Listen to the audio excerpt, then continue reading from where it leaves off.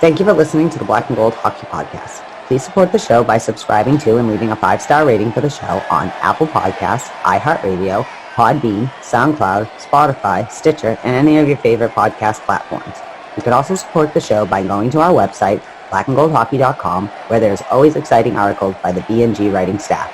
While you're there, don't forget to click on the fanatics.com banner for a great sports fan shopping experience. Hey, you done yet? We gotta start the show.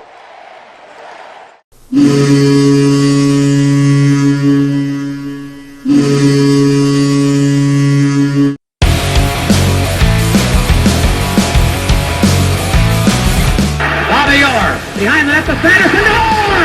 Bobby Orr! Orr from the Boston Bruins! 30 seconds left in the period. The Bruins are shorthanded. Ray Bourque. Ray Bourque from the face-off circle to the right of Reggie Whitman. Fired it down and Whitmore blew it. Did he ever? To Bergeron on the drive, save, rebound, he's loose. Sagan kicks him loose. Bergeron scores! The Priest Bergeron with the point of the dagger in their throats. They rip it out into Roy's hands and kill the beast. The Boston Bruins have won it after being 3 down in the third.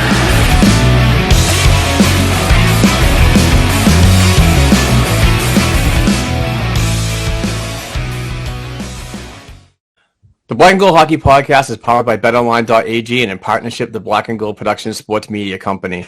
This is Season 6, folks, episode 248, and we kindly ask that you please subscribe to our weekly Bruins Hockey Talk on all worldwide audio podcast platforms and video content on our related Black and Gold Hockey Podcast YouTube channel. We would certainly appreciate the support on both social media platforms.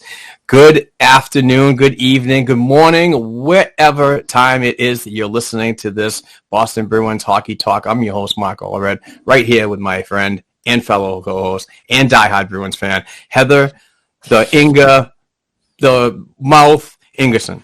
The big mouth Ingerson, that's me. Yeah, I fumbled. So big of a mouth, I can't even say it. Hey, happy Sunday, my friend. Yeah, you started saying that, all I could think is Shakira. Whenever, whatever, whatever you're doing. But okay, yeah, well, you just ruined my moment. Yeah, no, I thought you'd like the Shakira reference. You love Shakira. Well, yeah, I like her. I like it. I like watching her videos on mute. But it's an exciting week. Here we are. Next time we speak, we'll have played actual hockey for this season, and it's very exciting, and I'm very happy to be here with you this Sunday to preview. And I know it might be a little later than the YouTube viewers and audio listeners are actually hearing this, but look at this, Heather. This is just a beautiful sight, to be honest with you. We have 6 days, 7 hours, 16 minutes, and 40 seconds to go until the puck drop on the 2021-22 regular season, and I'm super stoked that it is finally getting here. Saturday night against the Dallas Stars. Can't come fast enough, but wow. I know. It seemed like forever. It's been a long off season, but here we are, not that long from now. We'll actually be able to talk about Bruins, and not just Boston Bruins, because the Providence Bruins open up next week too, so it's a very exciting week. We get to see everyone's rosters being published over the next few days of how all the teams shake out. See the Kraken play their first games because the NHL drops on Tuesday. So I think we should get Kraken right now. You want to do it? You want to start talking about it? Well, no, I do want to talk about real quick. I do want to talk about our merchandise line. So I gathered some pictures together real quick just to show that we have a bunch of different programs that are involved in this. And here's just a few samples of the folks that have been involved with the merchandise program. Obviously, we have our stuff right here, Black and Gold Hockey Podcast. That's a sweet T-shirt. We got hoodies, we got mugs, we got everything. And then we move on to the Puck Alliance Podcast. Shout out to Andrew Taverna and Connor Green of that program. They're going to be doing a lot of good things on their merch line as well. The Dump and Change Hockey Podcast, Nick Busa, Sam Minton, and Jared Martin. They're going to be doing some fun logos too. And finally, last but not least, the Causeway Kings Hockey Podcast with Benny Rabbi and the crew over at the Causeway Kings Hockey Podcast. I just said that.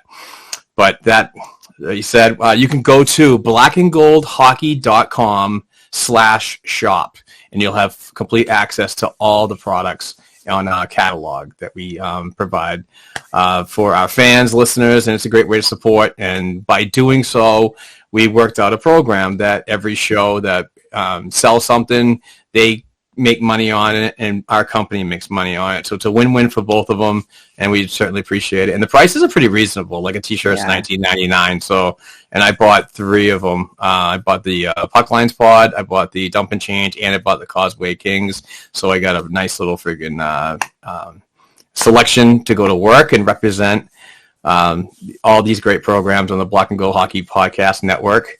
And so shout out to them. Hoodies in my future. I have some hoodies in my future. We do, and the hoodies are really well priced and great quality, and they get out quick. It's within like a week and a half that they get out. So we're working with this awesome company that does a boatload of all of our logistics for us because we don't have a ton of time to do it. So we worked with them very well. Had several meetings, and things are going good. We've made almost $500 in total profit. So it's really freaking cool that everybody's supporting that way, and hopefully they continue to do so. And you get to wear awesome things. We're going to blanket the universe with BNG production stuff. It'll be awesome to walk around. I can't wait till the first time I see something on somebody just out and about like, hey, yeah. You know, when you see people with your favorite podcasts on and you knowingly look at them like, that's right. I know you. You know me. And we're in there. Family. We're in the family. We're in the group. I love how you're rhyming right there. I am. That is the goal. That is the goal that to grow. And we've grown a great relationship with our show sponsor. We should talk about right now. And if you want to score a goal and win money on your bet and your luck of David Pasternak scoring a hat trick and raking in all the money, we suggest betonline.ag, which is our show sponsor. So let's hear from betonline.ag, and then we'll be back with some more Boston Bruins hockey talk. We're back and better than ever.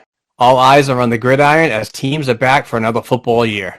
As always, betonline.ag is your number one spot for all the pro and college football action this season.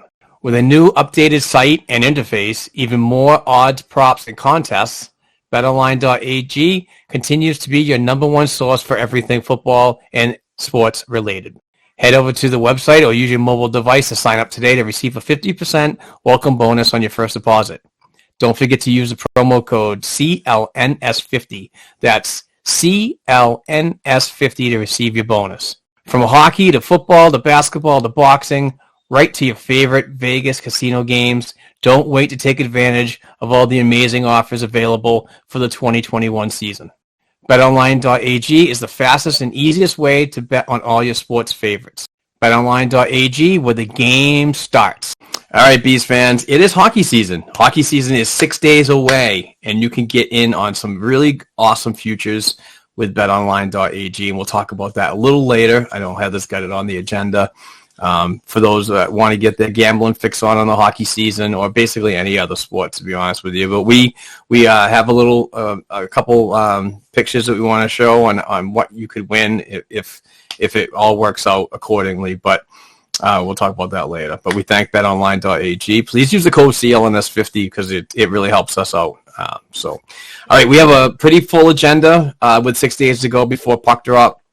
We're still in the preseason mode. We did change seasons. We are on season 6, episode 248, getting closer to 250. And by the mid-season or whatever, I think we'll probably be at 250. At 300. So pretty excited about that. Also excited that we did pass the 1 million mark of downloads recently. Yay. We have 1.1 million downloads, and I forgot to get the exact date of when we hit the million. But it's pretty cool. And may not be the best out there, but we grind away and we have a lot of fun doing it. So we certainly appreciate the support and the downloads and the retweets and everything like that. You guys are amazing. But let's get to the hockey talk because I'm getting antsy. I'm getting sweaty. Well, let's go. Actually, before we get into the actual bees, I want to mention that now that you dropped that other one on, 1 million down, that's a lot of downloads, my friend. And I just want to say, I'm very proud of you. That's a lot Yes. because you are the OG. I always joke around you're the OG, but you are the OG, and this is your baby through and through. You are the captain of the ship. I'm just here to keep you from having fun. No, I'm just kidding. Right. You're here to No, I you are appreciate- having fun. I truly But- appreciate that. And I love doing it. We just have a lot of fun here at BNG, and we do written content. We do it, audio podcast network. And we're out on the beat. We have credentials to the Maine Mariners. We have credentials to the American Hockey League Providence Bruins. And, I really want to get the credentials to the NHL Bruins so everybody can have a chance to get that experience about being a media member on level 9 or in the minor pro system. But, I'm also pretty pumped that we have a new affiliation with somebody that I think we're going to talk about soon. So if you want to tee that up, Heather, why don't you go right ahead? All I could think is this week you were on a lot of different podcasts and stuff, and this week you had a huge announcement for Black and Gold Productions, and I think it's fitting that you give the details on it, but like huge news for BNG, radio station deal, and just talk about it because you've been all over the place. You're a celebrity this week, my friend, and every week in my mind. So tell us about it. Tell everyone in case they missed it. Oh, shucks. No, I love just talking Bruins, and I love talking with my friends about it. And these opportunities just come up because we do have a pretty decent social presence. We do have a lot of readers, a lot of listeners, but that's just going to get a little bit more relevant as we move forward and create some more partnerships. And right now, actually, I think it was Thursday, was it Tuesday? I think. Yeah, one of the days last week. I thought it was Tuesday, but we did come out, and after a lengthy negotiation period, we came to an agreement with the radio station WMEX out of Quincy in Boston. That's on your dial 1510. Benny Rabbi, the host of the Causeway Kings hockey podcast, he runs the show over at WMEX, and he thought that it would be fitting and wanted to work out a deal for the blackandgoldhockey.com and all of its affiliates that were involved therein be the official WMEX Quincy Boston 1510 source for all Boston Bruins news. So I'm pretty proud about that. I'm pretty proud that the negotiations went very smooth. Ben's a great person and his staff over at WMEX, and they have a great listening platform for music from the 50s, 60s, 70s, 80s, a little bit of the 90s, but there's also really good local sports coverage over there. And we're really proud to be in partnership with these guys. These are two good platforms that I think that we can feed off of each other. All of our articles are going to be going over to their website instantaneously as soon as they publish, and then we'll be promoting them as well on everything that they do. So it's a good partnership moving forward, and I hope it's a long one because these guys are really good, and they know their sports when they do talk sports at the appropriate times of the day. So for those of you who like actual sports talk, there's another alternative to your main stations. Make sure that you check in, not just to hear about the Bruins talk, but as we always talk about, New England is a sports fanatic type place. We get a little crazy. That being said, 6 days away from Bruins hockey, so let's get into it. We're going to just keep moving. LFG. Yeah, let's go, man. I can't. My brain's going to explode right now. But before we do that, we're going to have to, we had 2 more games, right? Wrapped up preseason. We already talked about it last week, how annoyed we were to have the lull time because that's never a good thing for the Bruins. But on Monday the 4th, we lost in overtime to Philly. Stadnicka got the goal from Lacko and Steen, which good for the young kids. And on Wednesday, October 6th, we lost in overtime to the Capitals. Who scored that game? Jeez, I lost my brain. Coyle scored. Welcome back, Charlie Coyle. We'll talk about you in a minute from Smith and Marchand. Hall scored from Smith and Coyle. And Pasternak scored from Haula and McAvoy. So I think we can just talk about these generally for a little bit about the last 2 preseason games. To be fair, there'll be a big gap between when we see them on the ice for opening night and now, which could be good or bad. We never know how it will go with the Bruins, but first game, not so bad. Second game versus Washington was like good, but when things were sloppy, they were sloppy. We'll talk specifically about the goaltending and stuff. There are other things to talk about, but overall, welcome back, Charlie Coyle, looking like a second line center. What do you think? Yeah, that was very unexpected, but kind of expected. Charlie Coyle's been off the ice in a game situation. I know it's preseason because of the injury and the surgery he had during the off season, but I thought he fit very well on that second line center role between Taylor Hall and Craig Smith. Lots of creativity. Really liked that can complement that first line and create that secondary scoring that we seem to elude every year. We kind of get it at times, but then it's gone like the Loch Ness Monster and the shallows of a Scotland freaking lake. But I like what I'm seeing, and I hope it does translate. I hope Charlie has fully recovered from the knee surgery, or it was a knee, correct? Mm-hmm. Yeah, and creates a lot of chemistry with these two types of players because Hall can drive a line on the wing, and Smith is a shooting right winger, not necessarily a power forward, but it seems like every time he gets the puck, he's releasing it on net. And when you have a guy like Charlie Coyle and his puck possession skills, his bigger size body and his strength to get to the net and possibly, redirect, tip, or be there for second opportunities when it comes to when Hall or Smith have the puck on either wing, that line could be very beneficial. And I know it's preseason. I'm pumping this tire up, but if we can get consistency like that during the regular season, watch out. Yeah. People, and again, everyone knows how much I love Davey Krejci. I'm not going to pretend, but also you have to replace him. Like we said, everyone calm down. Like we know it's not going to be the same second line that we saw in the postseason, right? But if Coyle can remain consistently Charlie Coyle as we've seen him, he can be as the man who can walk in after not really being able to be involved for half of training camp so far and stuff like that, and play the way he did, things are going to be all right, and we should be able to have that secondary scoring. I thought, we look fast out there. We have fast players who play fast sometimes, but sometimes we play teams where we're like, wow, they're just flying, and we kind of don't always move at the same pace. We're more methodical at times, but they looked good that game, I think, overall, even though they lost.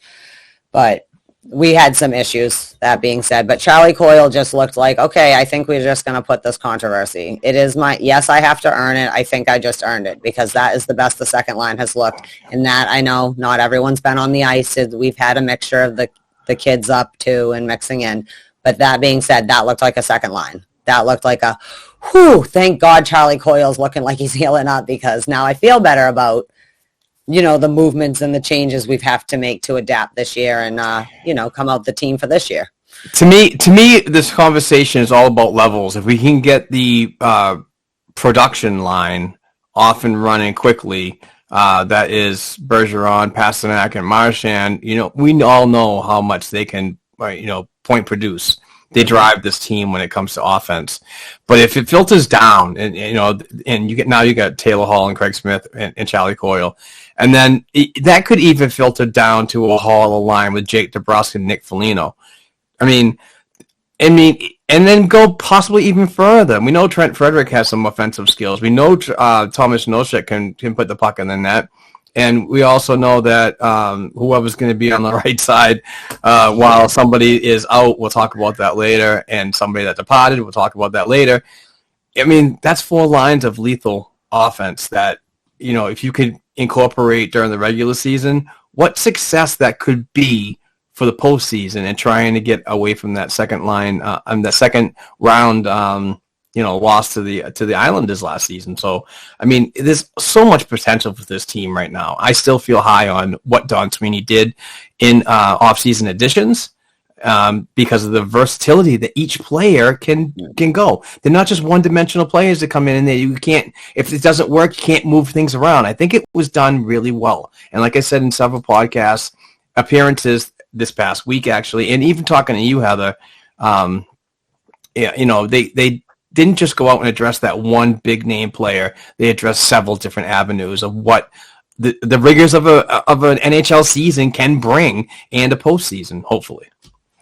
Yeah, it's really funny because for a while people, whoever wins the Stanley Cup is how other teams want to build their teams to be, right? Like that was part of the joke, right, when we lost to St. Louis, was that they built the 2011 Bruins and beat our Vancouver Canucks, that we were the Canucks in 2019, that whole situation, things like that. But we talk about all the time, I would rather you bring me 3 players for $9 million than one superstar at $9 million, because 3 players is more useful to me in the long run when people get injured or if people are like having a rough about and you got to maybe move them around.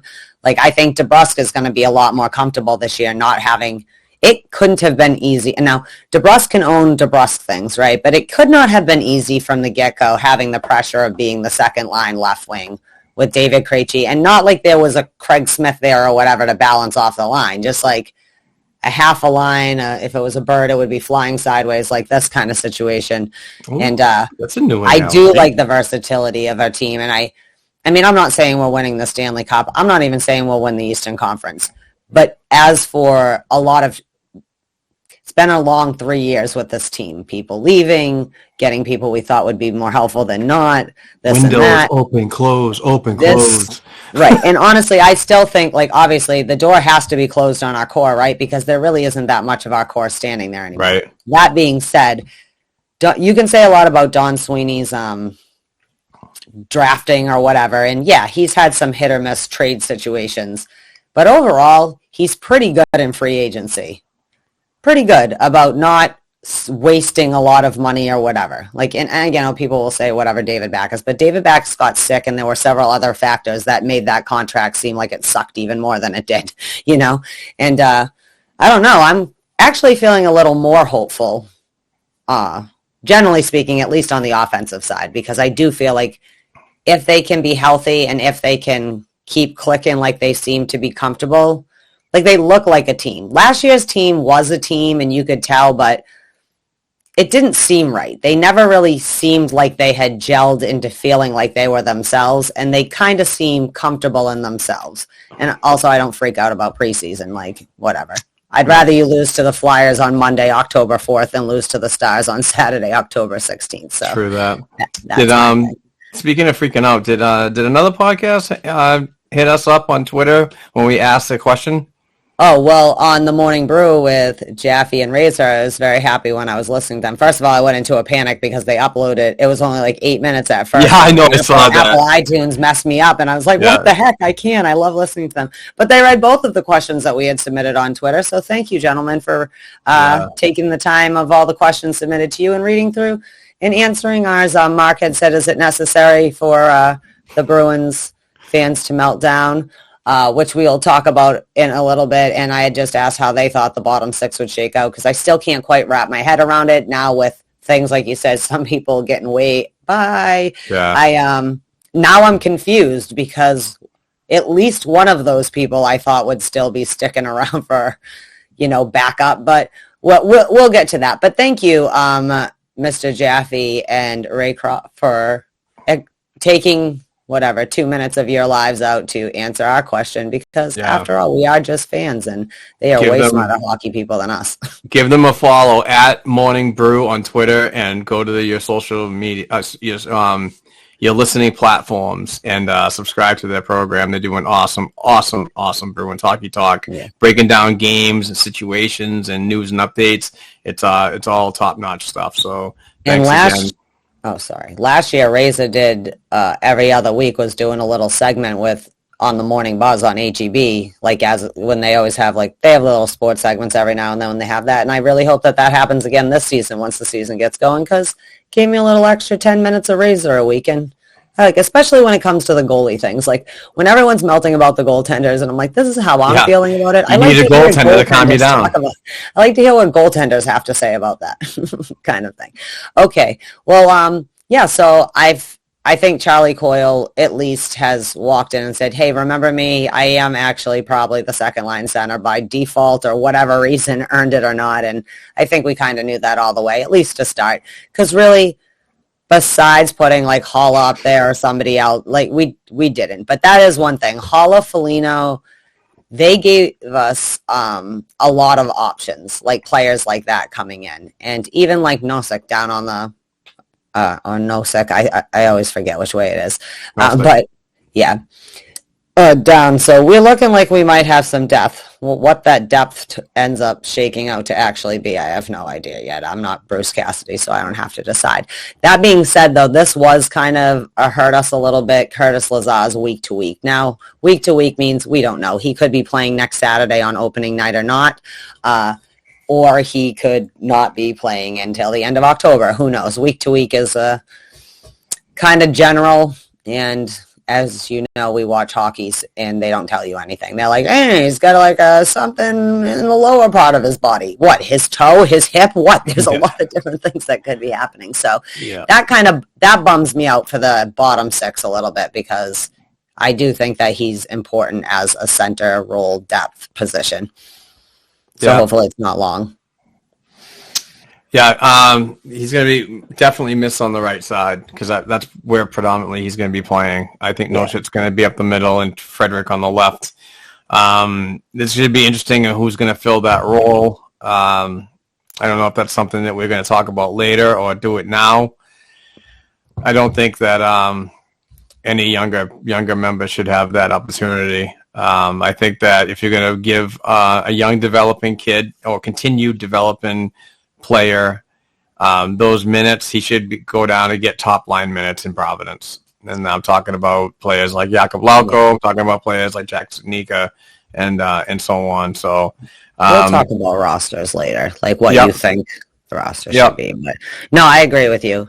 Yeah, no, I also am worried about the center depth. Like, what if Coyle's knee goes out again? Things like that. like I just meant that goes with the I meant about the versatility of having people to be able to move around, like you said. Like, getting him last year when we acquired him from Buffalo was a huge upgrade for us. As for like, again, it's not to disparage any of these kids, but some of you are still not NHL ready, and that's okay. But I also can't, just because people want you to play on the NHL level, have you in there if you're not ready, because it isn't helpful. But so that bummed me out, because he has been pretty consistently helpful as Boston Bruin since he showed up here. So hopefully it'll be sooner than later. So I didn't know if you had any studs or duds this week.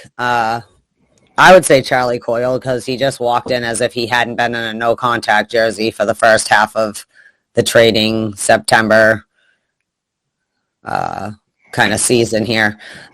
So that would be my stud, and I guess dud, I can't not give it to Allmark, but that's not because I'm on the Allmark hate train. Yeah, I'm gonna do a 1A, 1B for my stud, and that's Jake Debrusk and Charlie Coyle. Great to see those. Great to see one back in the fold. Great to see another shaking off some things of the past two seasons where he might have taken a dip offensively and playing ability. Seems Jake is really fired up for this brand new upcoming regular season, where it's full 82 games, travel. There's going to be a lot more camaraderie involved because of, the easing kind of things. Even though numbers are rising and blah, blah, blah, they'll still be kind of in their own group, but more able to do more than the past, and locked into your room, ordering DoorDash on the regular. So I expect a big year for him, a big turnaround year, and it's going to be a very, very interesting evaluation process for this Boston Bruins team, as in, where does he hold value? Does he hold value in the trade market, or does he hold value in an extension? So it's going to be real interesting to see what's going to happen with negotiations, if they even happen mid-season. Well, that will all depend on what Jake Debrusk does. But Jake Debrusk looks so much more comfortable on the ice now. Like, he doesn't, whatever was going on. And I mean, he's certainly a player that will have highs and lows. You know what I mean? You know that. But not for it to kind of balance out in the end with numbers and whatever production wise has been strange. And you can physically see he's struggled for whatever the different root causes. People can do that over the last, but he looks like he's ready to play. Every time they played, every game that he's played in so far, he showed up. He wasn't playing. There was no, there's Jake Debrusk, right? Nobody said crap because they can't, because he's looked good. I really like the way he's getting to the net, and it's not going so wide as his hip is like grinding the boards before the goal line and then turning in. He's making more of a straight line towards the net when he gets the puck offensively, and I really like that in his game. I think that's going to be the make or break thing, that he needs to have the confidence to go at a player and not try to go around him all the time, where I think that he was getting beat a lot because of his timing, even though he's a faster player, but a bigger player with a bigger stride on the defense can cut that gap down and really shut down faster, smaller players. So I think that by going through somebody basically is gonna have the biggest impact on Jake's career. Getting to the net and creating second opportunities for somebody else is gonna follow in layers. Yeah, it's like you've got. I don't want to say he's like a Milan Lucic. I just mean he's got a body that like. Oh my God. He's so much better than Milan. No, but this is what I mean, though, is that he's got, like, the quickness of his generation, but he's got a size and shape like how players like Lucic, absolutely all day long, I think just, like, kind of like, I'm not disagreeing with that. But, like, the size, like, use your body more, man. Like, you have your body for a reason, you know what I mean? I don't mean I need Jake out there hitting people. I mean just using your body to help create that. Like you said, going closer to the net, because and not only that, but when he's really off, when he goes that far out, he just blows his edges anyways and then falls down. Like, it makes it worse. You know what I mean? Like, Pasta gets like that sometimes when he's struggling, where he just can't seem to stay on his feet because he's trying to make things happen, but he can't keep up with himself. But yeah, no, Jake's looked good. I agree with that. But who was your dud? Who was the dud? Gonna have to give it to Linus Ullmark. And that's not totally poo-pooing on him and his ability to provide decent goaltending for this Boston Bruins team. But we'll get into that later, because that is one of our top agenda topics this week. So I don't want to ruin it all by doing that. So, yeah, those are my suds and duds for the week. Okay, so I just wanted to mention the question that you had asked the Morning Brew was something about Bruins fans melting down. Yeah, I mean, like we always basically freak out about everything, because I just wanted to reiterate, there was a very clear meltdown. I was laughing because I'm not on Facebook, but I saw someone tweeted something like, "You do not want to look at Facebook right now," which was funny. It's probably Kevin O'Keefe. I could see what was happening on Twitter, so I could only imagine what was happening on Facebook, but everyone, I just want to reiterate, it doesn't matter. We could have lost 82-1. It wouldn't make us feel any better, but it still doesn't count towards anything. We're no further or away from winning this cup this year as we were the day before. Like, it's okay. Things will be all right. Here's one of my points, real quick, is the reason why I said that to Billy Jaffe and Andrew Raycroft was the Boston Bruins a couple of years ago. I don't exactly know what year. I can look back and get back to you next week. But they lost every preseason game. This fan base absolutely lit a torch under the Boston Garden. They wanted fire. They wanted fire this. They wanted fire that. They wanted to burn the building down. And guess what happened on game one? They won. And then they won 9 games after that. They won. They only lost 1 game in, I think, 13 that year. Yeah. So it's just relax, man. Everybody is just the panic button lately. It's just absolutely ridiculous. Let's see the product on the ice unfold, and then evaluate from there. Yeah. Also, even if they suck the first 2 weeks of the season, they still can be in the top 4 in their division and make the playoffs. So let's breathe. There's 82 games to play. Another factor is how most of these preseason games were mixed in, except for the last 2 when they were heavy NHL, But most of the preseason games that they were involved in, they were mixed and matching people that you were not going to see in the regular season anyway. Well, so it's just don't react the same way to a stub toe as an arm getting torn off. Like, you can't have the same reaction level to every single thing, or it will mess up your psyche. And we're already doing it. And I get it's because we're passionate, but some of it's ridiculous. We do not need to fire Don Sweeney. We do not need to fire Mark like, oh, God, great, man. Okay, well, I don't really want to judge him on 2 preseason games in like 2 weeks in the Warrior. But that's just me.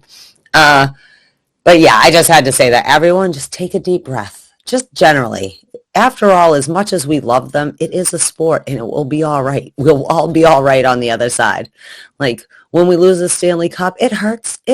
But turns out every year the NHL goes again, and then you still have another chance to get it. It's not like we'll never get a chance to potentially win our division or the Eastern Conference or the Stanley Cup because Mark had a bad Wednesday. That's all I'm saying. That's all I'm saying. Okay. All right. Let's move on.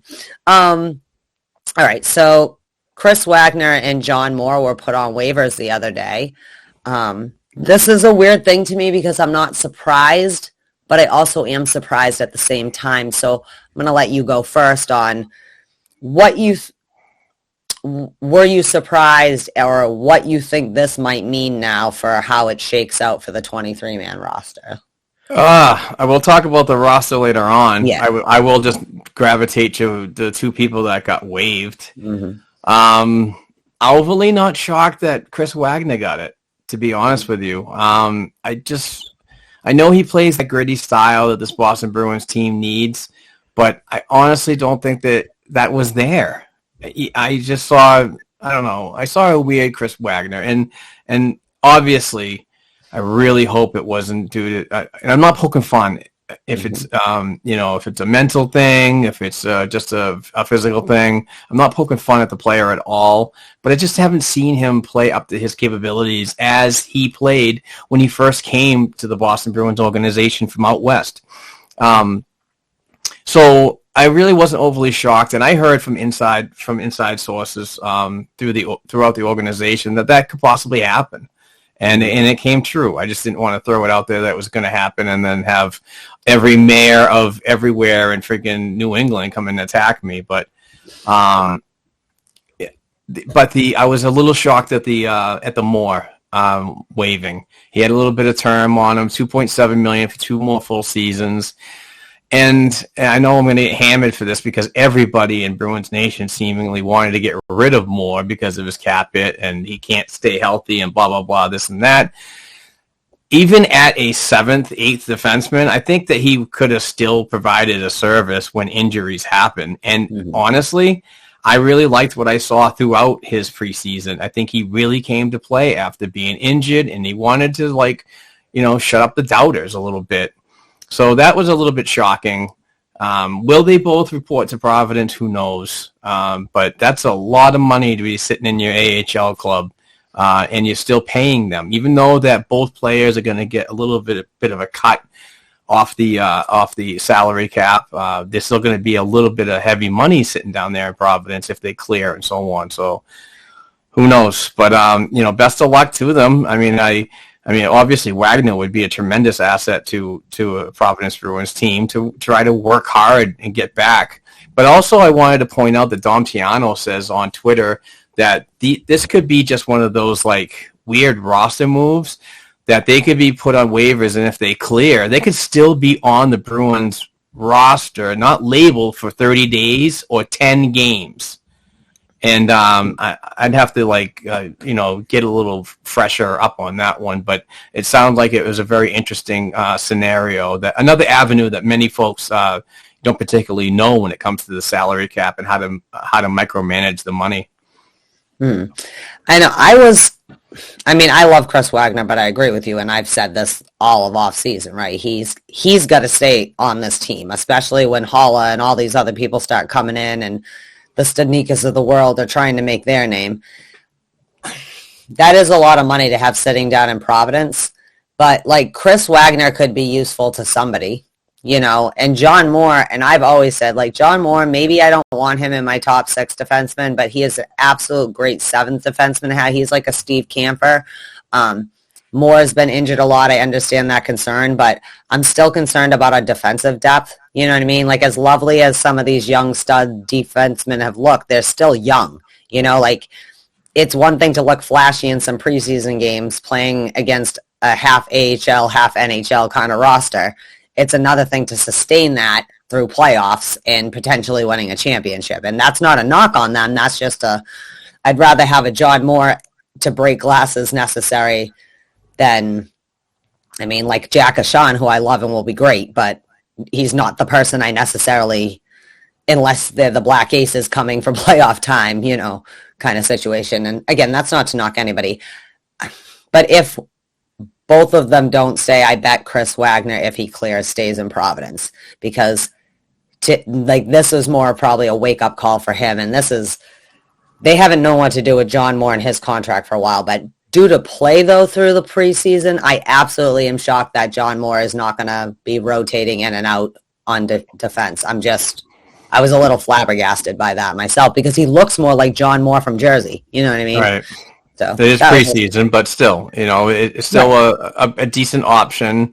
And you compare them to their peers. Yeah, not at a ton of money either. 2.7 is really not that bad. Connor Clifton's probably going to. I don't know if Connor's going to get a full-time role. What remains to be seen, but he's at $1 million. So a little 1.7 more, and you get more. I don't know. That was kind of a terrible pun. Yeah, that's all right. Not everyone can land, my friend. Well, and before we have time, I think this is a good topic to wrap up with before we go to break. I just wanted to have your thoughts on Providence Bruins camp opened up this week. Do you want to talk about this now, or do you want to wait? No, we can talk about it now. Real quick. The Providence Bruins get back to work on the 16th, same night as the Boston Bruins. I'm going to be down there covering the game as a media member. I'm so pumped to get down there. Got my hotel all ready to go. Again, I know I've been saying this a lot, but it means a lot. There's no hotels in downtown Providence, and that's not a good thing for me, because I have to travel outside of the city now and basically stay in Massachusetts again. But I'm closer. I'm 15 minutes away in Seekonk, but there's no hotels. And the reason why is because that Dunkin' Donuts Center in downtown Providence, Rhode Island, is expected to be rocking with a full crowd. This means a lot to these people. Hockey is back. The NHL allowed fans back at a certain capacity for most of the season last year. The AHL is opening their doors this year, and this is going to be a really big year. I know numbers are rising in this certain sickness going around and so on. We just have to be better with ourselves, do the things that we did, wash our hands, wear a mask if it's appropriate. Please understand the rules when you get to these arenas about this. This is not a joke, but it's going to be great. I don't care if I see masked or non-masked people in the stands and that place is full. It is going to be worth it. It's going to be great for the community to get back up and running. It's going to be great for the Providence Bruins organization and the American Hockey League that really, really took a huge hit last year, or in the past 2 years, when they couldn't complete a season, couldn't have any Calder Cup playoffs, and going through abbreviated seasons last year. This is huge for the American Hockey League, and I can't wait to be there. Take pictures. I might even shed a tear, my friends. I'm not kidding you. I love hockey that much. I love Providence Bruins hockey that much. But to see that place full with excitement, and folks are back, and this is what we love. Let's not think about what's going on outside these doors just for 2.5 hours, 3 hours. Let's go. Let's see what's going on within these doors at the Providence, at the Dunkin' Donuts Center. So I'm pumped. Can you see? I'm freaking shaking. I got the chills. My heart actually will cry. Grab a defibrillator. I'm ready. You're not generally a crier, but there are a few things that make you cry. Well, last week on the Alan Sullivan episode we dedicated to him, there was a couple times that I was going to lose it. I was going to say, but I love that guy, and he's so worth every freaking tear that I shed. On the rare occasion I have seen you cry, only death in hockey is usually why there's a tear. I can say that, and I've known you for decades, and that's, that shows your love. Someone you lost that you loved, and if something tragic is going on in hockey, or happy, like Messier winning the Stanley Cup with the Rangers that year because you love you love Big Mark, you love him, and Mike Richter. Got to get the goal. And Mike Richter, I was gonna say I love him. He's the tiniest, bestest goalie ever. I just love him. He's not really the tiniest goalie ever by statistic. I don't know. He might actually be, but Mike Richter, he's little. Oh yeah, good old American boy. That's such a great team. I was happy for you to watch him winning the cup again. Like that was a big moment in my hockey life. But yeah, so I just wanted to know like what you've seen and now that like the people rosters have been, trickling back to where the camp is down there. And just some thoughts on what you've seen. And they played a game, right? Yeah, they played a couple games. Yeah, the Providence Bruins preseason or off-season workouts for that particular organization kicked off on Monday. I believe that was the 4th. I don't have my calendar up, but yes, it was. So yeah, thank you. And it was basically the guys that got cut from the Boston Bruins, the NHL level, in their preseason efforts and cleared waivers and came down. Now we'll start working in Providence this week. We had a couple of games. And I thought that they did really good. Unfortunately, these games were not televised, so I really can't talk a lot about them. But I can say that the lineup looks like it's going to be sick. The way that first year head coach Ryan Mougenel is going to take this Providence club forward is going to be so interesting. And also with the new coaching staff, a new member, Trent Whitfield's coming back. But we also have I think his name's Matt Walsh. I could be wrong on that. But he's coming in as a new assistant coach, and it's going to be a real nice bag of talent down there. Even though, like I said on the Beehive podcast last night, shout out to Brett Howard and shout out to Kevin O'Keefe for having me on their podcast last night. That was a lot of fun. But I did say that the Boston Bruins are probably, if they're going to be competitive all the time. They're probably not going to have the best prospect pool in the league, and they're going to get ranked high. But what I will say is the way that these guys construct their roster at the American Hockey League level has been really fun to watch lately because they get the AHL-only deals. They get the two-way deals that are under NHL contract, and they just make it work. And there's a minimum of how many vets you have to have on a team. There's a minimum of how many prospects you have to have on a team, and so on. And AHL only contracts play into that too. So there's a lot of things that go on when you're constructing a roster down there. It's not just we're going to grab a bunch of people and put it together accordingly. There are rules, regulations that need to be followed as well. So it's going to be interesting on how it all gets orchestrated from new head coach Ryan Mougenel, and I can't wait to interview him on Saturday night. I have some new video equipment that was purchased from the BNG Production Sports Media Company. So we're going to be going into the season accredited and ready to rock and roll with some awesome black and gold related content. I think that this guy, Ryan Mougenel, seems like a pretty awesome general. Do you know what I mean? Like, he's not so kind of hard hockey coach where, like, grumpy kind of thing. He's got the, can-do attitude we're used to, it seems to me, with the Bruins organization. But he definitely is bringing his own flair to this team.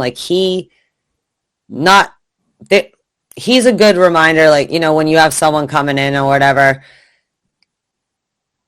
a reminder that in this organization, they expect high compete level from the top to the bottom. You know what I mean? You should be giving those other players a run for your money. You should be the top of the AHL. Do you know what I mean? And I do like the attitude I've seen when I've seen him in press conferences and whatever else. Not that obviously there was anything wrong with how Jay Leach, but it's still that same kind of tradition of kind of hard-nosed hockey, but with a, not like the player's attitude kind of coach, but that balance. Do you know what I mean? How you can be raised in one school of hockey and implement that in a modern way. And you need that every now and then, new blood, right, to come in and remind you of who you are and what to go with it. And I think as a coach, not that you had expressed worry or anyone had about, like, you know, with the coaching change down in Providence, but he seems to have walked right in and, like, he's good at his role. He knows his role. He seems to know these players well, and which is even being around, you know. So I like that, because that's what we need, because that to continue that kind of hard push on that level is what's going to benefit the Boston Bruins in the long run, to make sure people are developed right. You know, you're not just worrying about developing those kids, but you're also making sure you're surrounding them with players, like you said, Chris Wagner. So even though maybe he isn't going to stay up on the Boston Bruins, if he clears waivers, he is a great player to have down, at least for veteran role. He's been there. He's been in that dance, or to show them how you push to get yourself back to that spot. You know what I mean? So I don't know. It remains to be seen what we said, but I'm feeling optimistic. It should be good. And one of these times I'll be able to go with you to Providence this season. We're going to make it a thing, because I would love to go and check out some of the actions. And we're going to get to Portland at some point too, because we both like Maine, and that's another beautiful city. We'll get Sounds good. Maine Mariners. Wish I could do it all the time, but we'll definitely make a schedule where we can something together, and that might make it easy. We can even do a little show from there. Like, yeah, absolutely. I mean, I could have the mobile studio, bring the laptop, bring the Yeti, and we could just sit in a hotel room and just do a quick program before and after. Who knows? So there's so much stuff that we could do. All right, yay, double Bruins hockey next Saturday, people. If you haven't heard, 6 days away from lots of Bruins hockey, the Providence Bruins, the Boston Bruins. But right now, I think maybe we should hear from Bruce Sullivan and hear a little bit about some of the awesome products that he might have available for our listeners, if you don't mind, Mark. And then we'll get back to the Boston Bruins talk as we head towards the opening day. Again, next Saturday. Can't wait. It's crazy. Yay, 6 days away. Yep. Yeah, let's take the opportunity to listen to Mr. Bruce Sullivan from the Boston Sports and Music Memorabilia Shop. He's got some fantastic programs. I always mention birthdays. Christmas is coming up within, I don't know how many days. I got to get a ticker for that. And, you know, buy something now for a cheap price and surprise your favorite Bruins fan on the day of Christmas, or a gift for your birthday. These are hand-signed items, folks. There's video of people like Phil Esposito, Rick Middleton, Bobby Orr, all these players actually signing them, and pictures. It's not fraudulent at all. This is not a joke. My friend Bruce Sullivan is the absolute class act when it comes to real stuff, and he doesn't rip anybody off. He's a very, very engaging person. So please listen to what he has to offer this week and get in touch with him via email. Also, check out the Facebook page, Boston Sports and Music Memorabilia.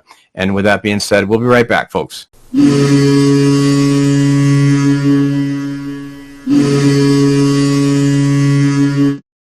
Hey Bruins fans, this is Bruce from Boston Sports and Music Memorabilia with your black and gold memorabilia moment of the week. We've got some breaking news on some upcoming Bruins signings. On October 11th, we host two-time Stanley Cup champ Don Marcotte at our signing in Dedham, Massachusetts. And then on November 6th, we've got the man himself, Raymond Bourque. This week, we are featuring exclusive memorabilia from our latest Phil Esposito private signing. Take a look. Hockey Hall of Famer, two-time Stanley Cup champ, and NHL Top 100 player Phil Esposito is our Legend of the Week. And you can buy something from the Phil Esposito Legend Collection. Choose the Phil Esposito hand-signed premium JSA authenticated jerseys. Your choice, black style or white style, just $139. Or choose the Esposito 8x10 hand-signed JSA authenticated photo. Your choice, black and white action shot or color action shot. Your choice, $55. Or choose the Phil Esposito Bruins puck, hand-signed and including the Hall of Fame 1984 inscription, JSA authenticated, yours for just $59. Or grab this 11x14 Phil Esposito photo display, dual authenticated, and yours for just $75. Or grab this 15x20 special edition with Bruins logo patch and deluxe nameplate, yours for just $95. Take home this Phil Esposito 22 by 26 inch XL Special Edition, yours for just $129. Or take home the Espo Bergie Special Edition, dual signed, dual authenticated, yours for just $159. For more information on our dozens of Bruins hand-signed pieces and for your chance to win free memorabilia each week, check us out at our Facebook page, Boston Sports and Music Memorabilia, or email me directly at bostonsportsandmusic@gmail.com. And be sure to check in each week right here to the Black and Gold Hockey Podcast. Let's go!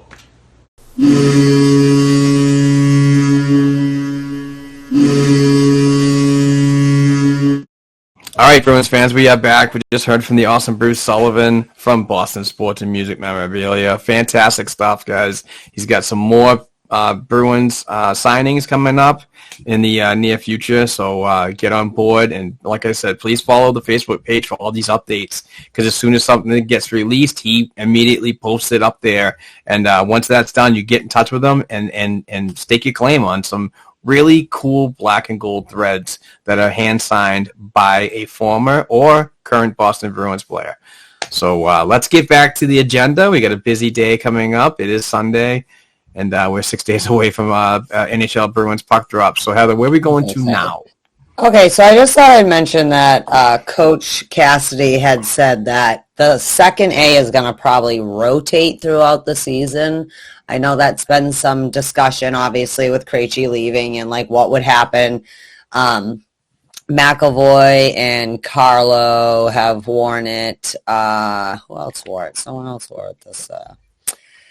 Pasternak wore it the other day. I was like, someone else wore it Wednesday for the first time. Sorry about that, guys.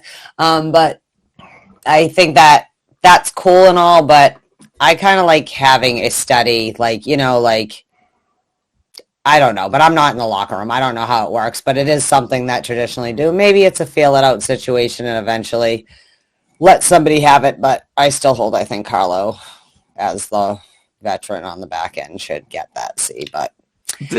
This is something that the Boston Bruins have done quite often in the past. I remember, obviously Bergeron, your captain back in the day was Daniel Chara, and your assistant was David Krejci and Patrice Bergeron. Yeah, Patrice Bergeron. But it was funny because the A on David Krejci's would float. Remember when David Backes was here? He was the assistant captain on the road. Home and away, while Krejci was the home guy. So it's not what am I trying to say? Can't even say the word. It's not like... It's not unimaginable that you might that's the it. one. Yeah, I'm just trying to pick a word. The king of bad words. No, that's the one I was actually looking for. To have a rotation done like this. So it's not a big deal in my opinion.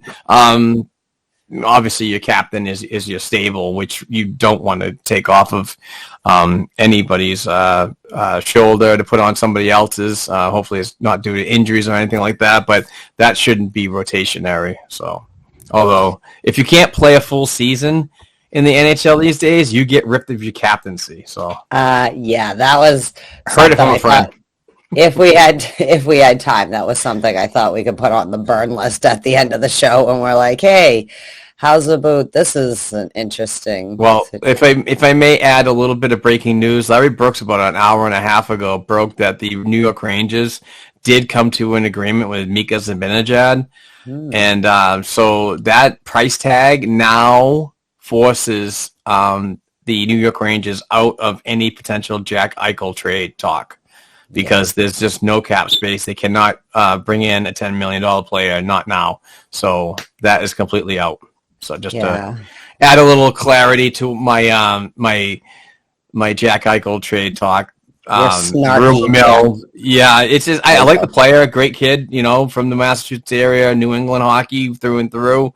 But it's just I don't know. It's just I'm so sick of hearing about it. It's a lot of drama, but I do get it. As a humanity factor, you should have the choices to get the appropriate surgeries, medical attention that you need, but that's just me. I just the whole situation is messy. but the Buffalo's back up to at least talking to people, so that's what they're saying, but they seem to go back and forth. But now, okay, so you stripped him of his captaincy. He just wants to get healthy, and I understand there can be disagreements about that, but whatever. Good luck to Jack Eichel. Good luck to anybody who can pry him out of Buffalo. Good luck to Buffalo if they keep insisting on not letting him get the surgery he wants or force him into a surgery he doesn't want, and then he still really hates being there and wants to leave. Like, you know what I mean? Like, that it seems to me the team forced a breaking point with Jack Eichel by not letting him pursue the medical procedure he thought was best for him, and that was the breaking point. He could handle the crappy teams. He could handle the mismanagement of the organization, but, like, you're going to do, you know, he doesn't often play. Everyone talks about his superstar status, but he's not really a player who often plays the superstar card status, and all he wanted was a surgery, and now you've just made the biggest drama train. It's like watching ABC soaps back in the day kind of thing. I don't know. Stay tuned to more chapters on that, right? Okay, well, David Pastrnak was named to, like some people have started to be named to their national teams for the Olympics. That being said, the NHL still could whatever with the agreement with the Olympic International Committee, blah, blah, blah. Everybody knows the NHL still might not let the players go. But now that players are being named, I'm pretty sure it's like the no turn back point at this time. But David Pastrnak logically was named to the Czech national team. Yaroslav Halak actually was named to the Slovakian national team, but a few people have been appointed, like Matthews for USA, and I think maybe Patrick Kane for USA too, and whatever, Matthews for Canada, and they're starting to talk. I would assume that at least Marchand, if not Bergeron, will be on the Canadian national team at some point. And who knows, maybe Jeremy Swayman will represent Team USA. You never know. That kid seems to be fire, everything he touches.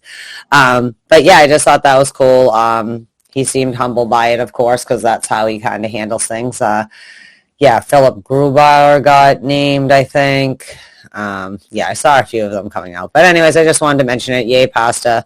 So you had mentioned a couple weeks ago who will we see in the Olympics from the Bruins, and he's already number one on there, but how can he not be, right? He has to be one of their superstars, and who knows, maybe him and David Krejci will be reunited for a little go around for an Olympic gold medal. We'll see.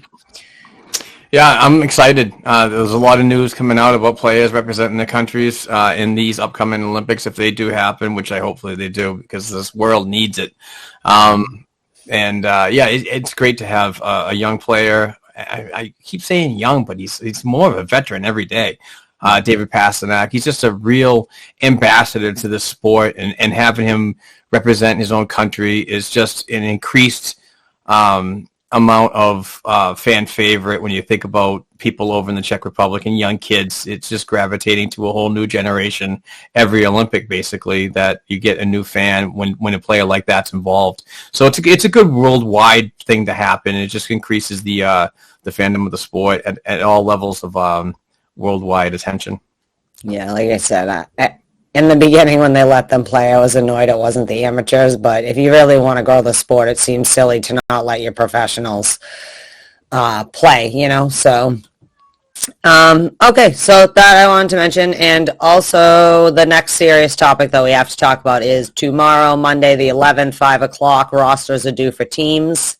So I thought maybe we would talk a little bit about, it doesn't necessarily have to be your prediction. I know we'll talk about a little what the opening night lineup will look like within this discussion, but more of like, now that Chris Wagner has been waived, and now that certain people have been sent down to training camp with Providence, which was going to happen whether they were going to make the Boston Bruins or not, it seems the landscape has changed a little bit for the forward situation. And just your thoughts, who do you have for your 23-man roster, or at least opening night 18? Well, to be honest, I'm going to resort to the unbelievable Dom Tiano at Dom Tiano on Twitter. He puts out a very, very cool list of his projections and most of them, most notably, cap number. He's a really good capologist there. I know he's not the Cap Friendly or the Puckpedia.com folks, but he does a really, really great service with Boston Bruins fans. And I have to agree with his lineup, with Dom's lineup. I mean, he has Patrice Bergeron centering David Pastrnak on the right, and Brad Marchand on the left. Charlie Coyle centering Craig Smith on the right, Taylor Hall on the left. He has Eric Haula centering Nick Foligno on the right and Jake Debrusk on the left. Thomas Nosek centering Curtis Lazar. Obviously, Curtis is injured, but we also have depth here that Dom provided. And Trent Frederick on the left on the third line. And those depth members that are potentially still with the team and are Jack Sedika for now, Anton Bleed on the left, and Carson Kuhlman on the right. So Bleed and Kuhlman would require waivers to go down to Providence. Jack does not need waivers to go down in his final year of his entry-level deal. So I could see a player like Carson Kuhlman and potentially Anton Bleed if he could play the left side. The right side on that fourth line or the opening day roster. But that's who Dom have, and I have to agree with that. I don't know potentially if there's any other moves coming around. Looking at the defense from Dom's list, it's going to be Charlie McAvoy and Matt Grzelcyk, Brandon Carlo and Mike Riley, Connor Clifton, and Derek Forbert. The seventh guy rotating is Jakub Zboril, who also needs waivers to go down to Providence. Well, that's pretty much my list. Ideally, I would want Lazar on the right side on that fourth line. And, some of these young kids I'm kind of not indifferent to, but, it's kind of neither here nor there who gets their shot if there. But that makes me think, though, do you let Studnicka have a chance, at least for opening night, see what he can do on the fourth line on that right side just to fill in, right? Because he's hopped around before, he can do it. Or do you put in, Bleed or somebody like that, or Coleman, who has a little just more experience playing NHL game or whatever, on that level. Bleed's a little older, things like that. I don't know what the situation was but I hope Lazar can skate. That would be my ideal, but I agree. I'm not sure how the defensive line, how the pairings will finally settle, because I all day long want Grizz with McAvoy, but they seem to keep putting Forbert up there every now and then or whatever. So I guess that'll see what happens over the next week, them running the different sets. But yeah, I think Clifton's in, but what do you do with Zboril? Because now with Moore not there, it's not an option. And that, unless he clears and, I don't know, settles. No one else I can think can go up there besides, at least Zaboril's got a year under his belt playing up, Yeah. I don't know, for the seventh defenseman to kind of float around. I don't know, it's weird. I'm used to us having Steve Camphor and other people to kind of consider if injuries happen. So I'm actually a little thrown off now with Moore being waived and that actually happening as people have asked for a while. I actually, to be honest with you, I could see Kuhlman being the first line. The fourth line right side to this one, and then we'll go from there. I'm sure Bruce will evaluate that game and then start bringing the ideas of possibly bringing somebody else up that could play that. Like I said, Anton Bleed could do something, but I don't like him on the off wing. But if anybody's brought up that's going to that break glass in case of emergency, it's that waiver process. You could bring in Zach Senyshyn. I would much rather see Zach there than Jack Studnicka. Zach. That's what I said. Just for the fact is that Jack's going to need that number one role down in Providence, and I think that's where he's going to get it. I don't like the idea of a player like him getting fourth line minutes, 10 minutes a night. with less responsibilities. I would like to see him have full responsibilities, continued development, driving the first line down in Providence. That's potentially going to be an AHL best. That's where you're going to get the best feeling out of him, in my opinion. But then again, I'm not the rule maker, Heather. Nobody claims to be me, the rule maker. You don't want that. Well, my thing with Jack Studnicka is although I'm not sure. Like, he looks good, but like at the same time, I'm always skeptical with a young player taking on suddenly a whole season, and no one's played a full season in a couple seasons generally. Like, 82 games is going to feel like a lot to everybody, or however. What's the AHL again? 72. What's their game schedule? I think it's 70. It went down to 72. I think it was 76 not too long ago, before this the abbreviated season. But yeah, I think it's down to 72 league wide. But no one has played anywhere near the amount of games that they generally do. And some people might be thinking, what's another 20 games? Another 20 games is a lot of games. That's 25 more games-ish that they played than last season before playoffs and things like that. So, but like Studnicka, for me with him, it feels like is it better to be on JV and always play, or make varsity and sit on the bench most of the time? So unless you're going to always make him your fourth line right wing, which is not probably the intent, Lazar is the intent to have him down there. It's not worth it. I think you'd rather burn. Also, like, Kuhlman has a little experience. Do you know what I mean? He's shown, like, he's all right for a game or two. Unfortunately, he usually gets injured when he does that. But while he's there, as long as you don't put him too high up, does it. But I don't know. It'll be interesting. But I think that the picture is pretty clear, though, and it might be, I know some people will think it's unfortunate because they really love Jack Studnicka, or even like if Trent Fredericks gets bumped or something and isn't in there.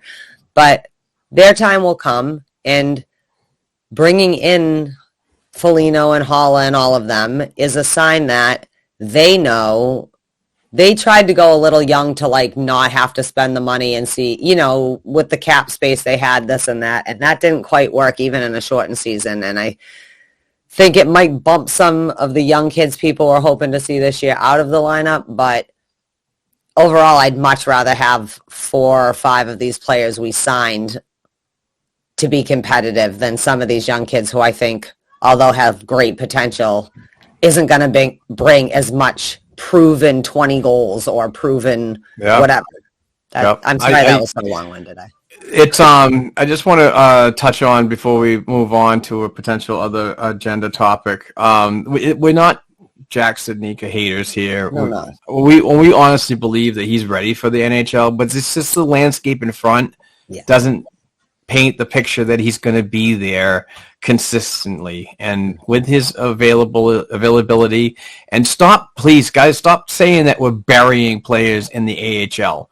We're not burying anybody. He's going to be up with the NHL sooner or later. He'll get another deal if he's still around, if he hasn't been traded, of course. But this is a project, a work-in-progress project. If you listen to a lot of Boston Bruins experts out there, they're saying that the Bruins are now taking a longer look at kids, and it's not a bad thing. It's not a bad thing at all. It's just too many people, the shiny new toy theorists out there, love to get players involved as soon as they leave the podium, and it drives me absolutely nuts. So, and the other thing that drives me nuts is, like, we all have opinions, I get it, but if the Boston Bruins management and coaching staff have an idea what their roster is, then that's what it is. We just you can't go up there and hip check a guy out of his seat and take over, and organize your own team and draft your own team and coach your own team. It's just, this is the reality of it, and I just don't understand why everybody freaks out about certain shit like that. Well, and I think that goes to being like the passionate fan versus, and I'm not an expert on these things, but like understanding there are rules to what you have to do.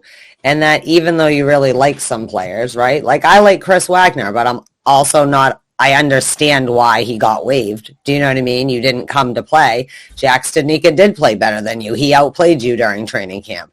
But like, I'm someone who more than just it's not a shiny new toy against that. Everybody likes a shiny new toy, but for me, I always get paranoid about a player, even if they're ready, to get too beat up, you know what I mean, in that first season, that it makes them beat down. You know, they don't feel comfortable. And I think that as much as fans get upset, I think, though, players and someone like Studnicka, who knows there is a place for him in the NHL, and he would like that to be with the Bruins. But like you said, he also looks and he sees, you know what, I probably wouldn't play me over Nick Foligno either. Like, do you know what I mean, kind of thing?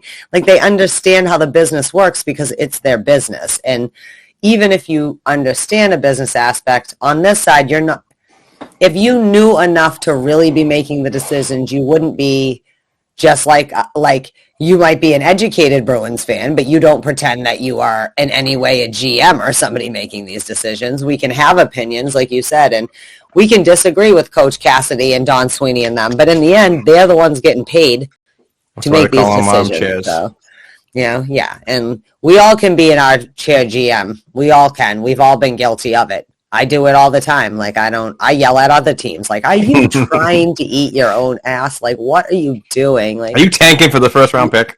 I know, like, exactly. I know your strategy, man. I know your strategy. But yeah, that being said, Lazar kind of threw it off a little for me, but hopefully he's healthy, but we'll see who rotates. But I do think now that let Trent Frederick sneak into this lineup. I think that's love it.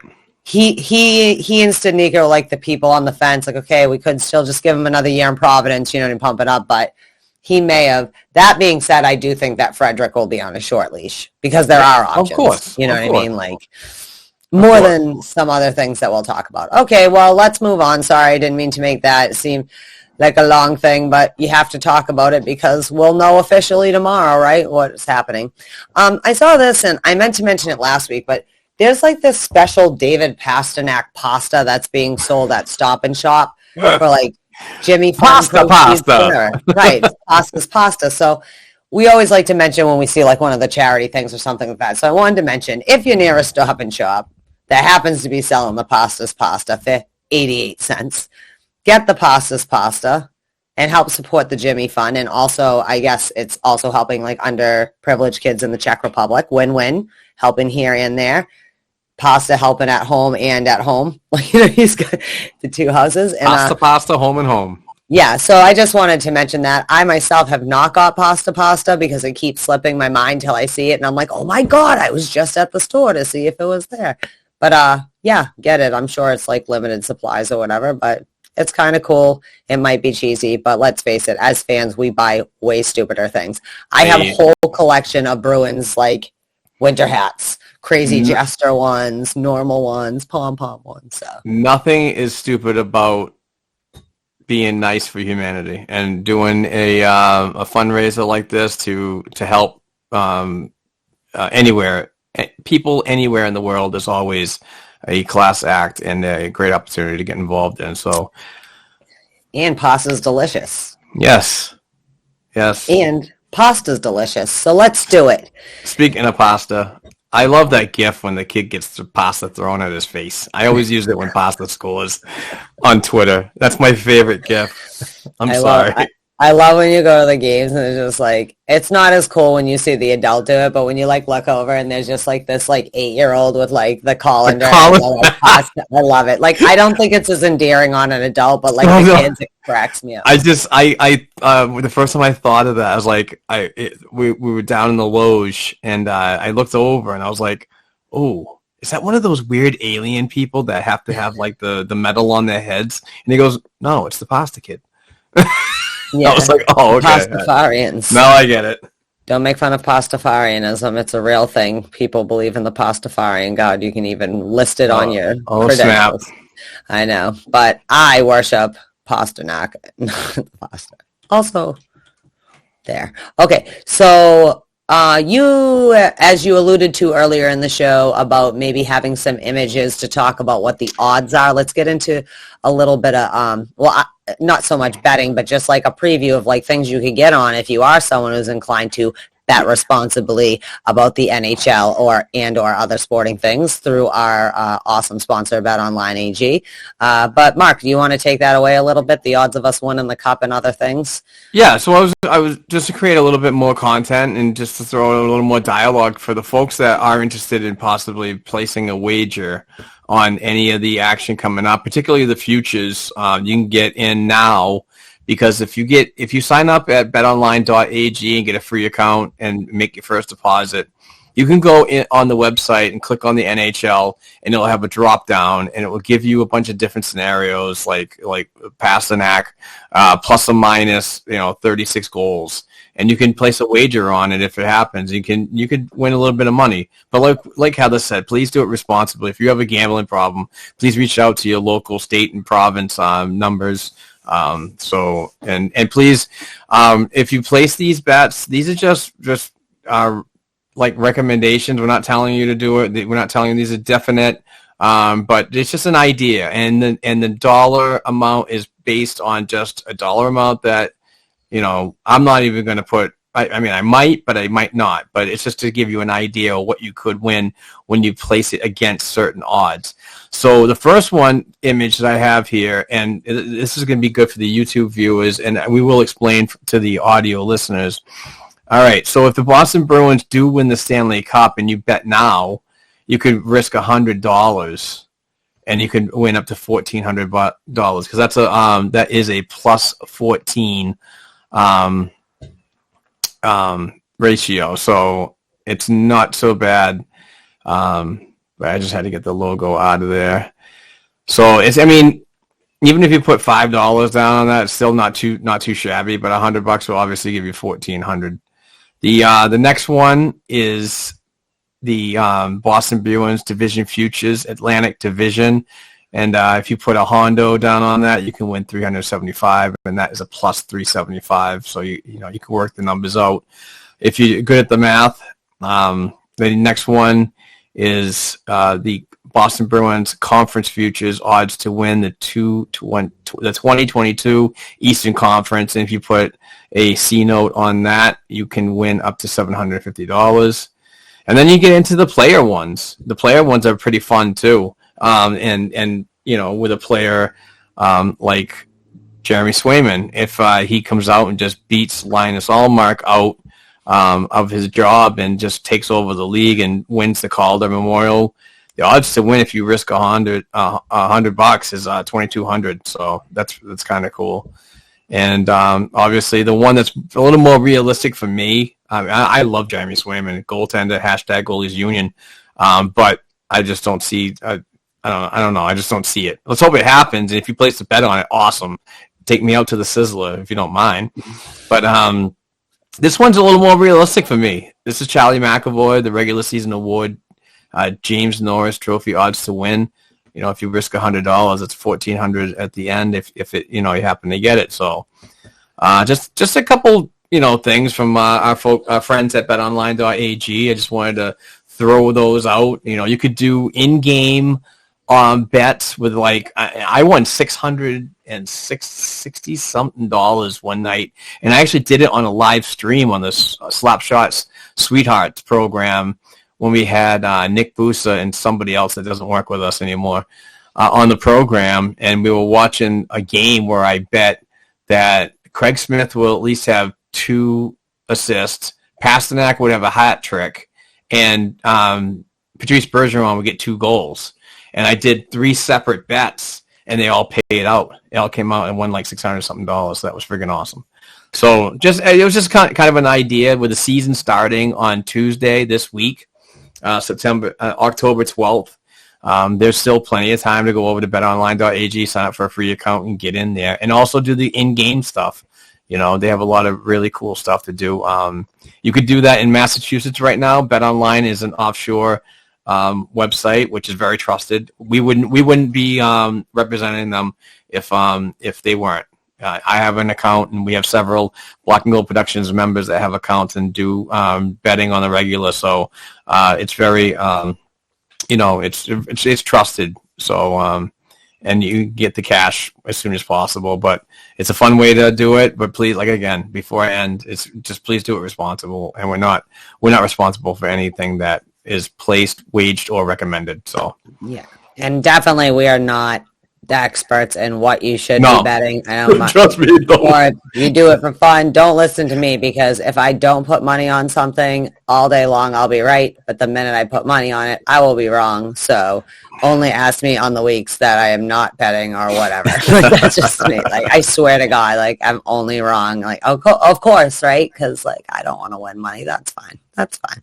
It's better just to go on my hunch and let other people know. I'm just kidding. We don't, but definitely do your research if you want to dive into those things. But like Mark said, there's some fun things if you just want to maybe just get in some action. But there are different degrees in which that you can gamble / wager on sports betting and other things. Another thing too is BetOnline offers a page on their website for the new bettors to better explain what the odds are, how to place an appropriate bet, and so on. So if you want to learn more about that, check out the website betonline.ag, and they have a complete tab that you drop down, and you can do different things to research on how they do their betting service. So it's pretty cool. I love them. All right. So I think that's good. So get in there, because the season starts on Tuesday for the NHL. The Bruins don't play till Saturday, but on Tuesday the 12th, things start up in the NHL. Yay. And then the 15th, also the AHL. I'm just saying, throwing it out there just to make sure everyone's got their calendars marked, or it's in their phone, or whatever they do. I don't know. I'm old, so I write things down. Okay. That being said, I saw that I don't know if it's Divine or Devon Arena. There's an E on the end, so I'll go with Divine in Dorchester. But they on their ice, they have a thing for a Shamrock and Jimmy Hayes, and a little memorial thing for him, which obviously brings up the sadness of what happened. But I love that he will be able to continue to inspire, and it's like a visual reminder to the kids, of how much, what a community guy that family is and stuff like that. So I saw that. I just wanted to mention it. Good on them. And just a great way to honor him in his hometown, but also to inspire the little players coming through Dorchester and the generations to come to remember. And if you don't remember, at some point, the generations that won't remember will look it up and then remember. And that's how we continue to remember the people who impact our communities, and just obviously in a professional capacity for Jimmy Hayes. Yes, exactly. Love that stuff. Love the continued growth of the game. We need more of it. We need more of it in communities outside of the Boston area, particularly in my hometown of Amesbury, Mass. I am not going to stop ever talking about this and how much more we need to get the sport involved. And remember the many, many people that don the Kelly green and white Amesbury Maples jerseys, and how they constantly promoted the development of the game and continue moving on making the area one of the strongest hockey producing members of the United States, in the United States. So, well, we're going to get Maples Crossing eventually. Yep. And I know my kid, as you say that, I want to shout out at least the Triton Amesbury Junior Maples, who do not wear the green and white. Sorry, I can't win all the battles. But we went out there. They shelled Neshoba Valley today and had a awesome win. But at the same time, I want to say Neshoba, they fought hard the whole entire game. They did not go down without a fight. Their little goaltender was fire with the little kick saves here and there, and nothing like watching might hockey, because they're smiling while they're skating. It's just like great to watch them, and it's such a fun level because you can really see their development. Like even just within a week, you're like, wow, look, they're really getting their edges, or they're doing this. But yeah, shout out to the Mites. I just wanted to say that. That's what I did this morning, and I meant to say that earlier. But Neshoba, I want to doff my hat to you, because you kids fought hard. You have nothing. Goals mean nothing. It's your effort that you put out there, because if you stay with that effort, you'll get your goals, you'll get your wins, and we'll see you again later in the season, I'm sure. Okay, we're getting towards near the end, but I did want to mention to Fabian Lacelle. I mean, we're not near the end, but he is injured, right? He's got an upper body injury he suffered in the dub, which he was having a pretty busy month. Team and situation, but just something to watch for those of you who, like Mark, love keeping a tab on all the prospects and whatnot, I did catch that. So hopefully it's not long before he is full to play with the Giants. Yeah. Yeah, I'm sorry. I thought you were talking about football for some unknown reason, and when you said the Giants, but it's Vancouver. I got to get back into hockey. It's Sunday. It's kind of weird. Yeah, but I don't know. I think it was in the first game that he got this injury, so I'm totally not sure. Hopefully it's not, long term and going to affect a year of development, regardless of his entry level slide this year. But no, I mean, from the first game, I think I mentioned it on the last podcast, he was very engaged, needed a little work in certain areas, but his speed and his talent were definitely on display, getting an assist on I believe the first or second goal of the game. But he's going to be an instrumental piece of the Vancouver Giants and the WHL success this season. And they actually purposely traded a player for future considerations, a CHL import, to open up a roster spot for Lacelle. So he's that important to this team, as they believe he will be moving forward and into their success in the 2021-22 campaign. All right. Well, we'll keep an eye on that and keep you updated, because once the season gets started, we'll get more back into the groove with some things, like Mark giving us a quick 15 minutes or whatever he needs to give us a little update on what's going on with all our people in the system. But before we start going towards some NHL or general hockey talk as we go to wrap up, I thought now we could do our Atlantic predictions.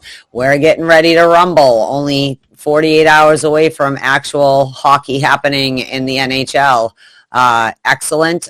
Sad we have to wait until the 16th. I feel like we're being punished for some reason. I don't know why. But no, I'm just kidding. I'm only kidding. But so I just thought about, we haven't really talked about our division. We're back to normal divisions again. In case you forgot, that's us, Tampa, Florida, Toronto, Montreal, Buffalo, Detroit, and Ottawa.